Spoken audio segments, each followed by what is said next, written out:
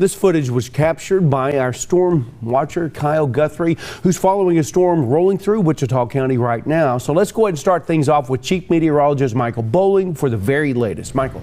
Yeah, we do have a severe thunderstorm watch. It's in effect for all of Texoma except for Throckmorton County, but I'll show you in a second. Throckmorton County actually has a severe thunderstorm warning right now. So consider all of Texoma still having a chance for storms, except for maybe our far northwestern counties, Jackson, Hardeman County. I think you're probably done with activity, but the rest of Texoma could still see some strong gusty winds, especially here as we go throughout this evening, along with some pockets of some larger hail. We're talking, quarter to maybe golf ball size hail. It's not really a day where we're going to see baseball size hail or anything of that nature, but there is also a very low end tornado threat. We've only seen one area of rotation so far in Texoma. I'll show you that in just a moment, but here's all the warnings stretching mostly across the north central portions of the area. But as I mentioned before, there is that one warning that's down by Throckmorton County. Starting in Wichita County, we have this storm that has a chance for some half-dollar size hail. We actually see a new core that's just gone up on the west side of that storm. That's going to be tracking to the east, likely moving into Wichita Falls, probably closer to about 15 to 20 minutes from now. I know it's already raining in town,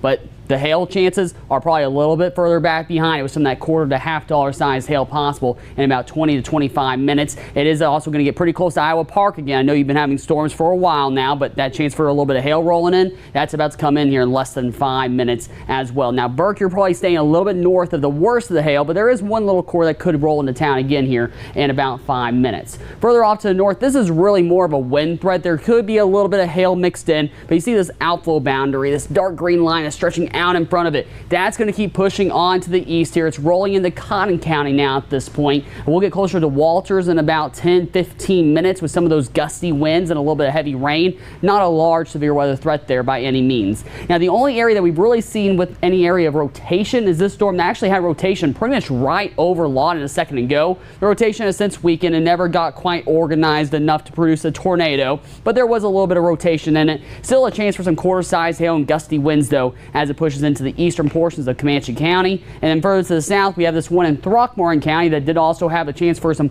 quarter to maybe even half-dollar size hail. The bulk of the storm staying south of Throckmorton proper with that activity. Now, this is not our only chance for storms this evening, and as we go throughout the rest of this week, there's still plenty of storm chances. We're going to talk all about that coming up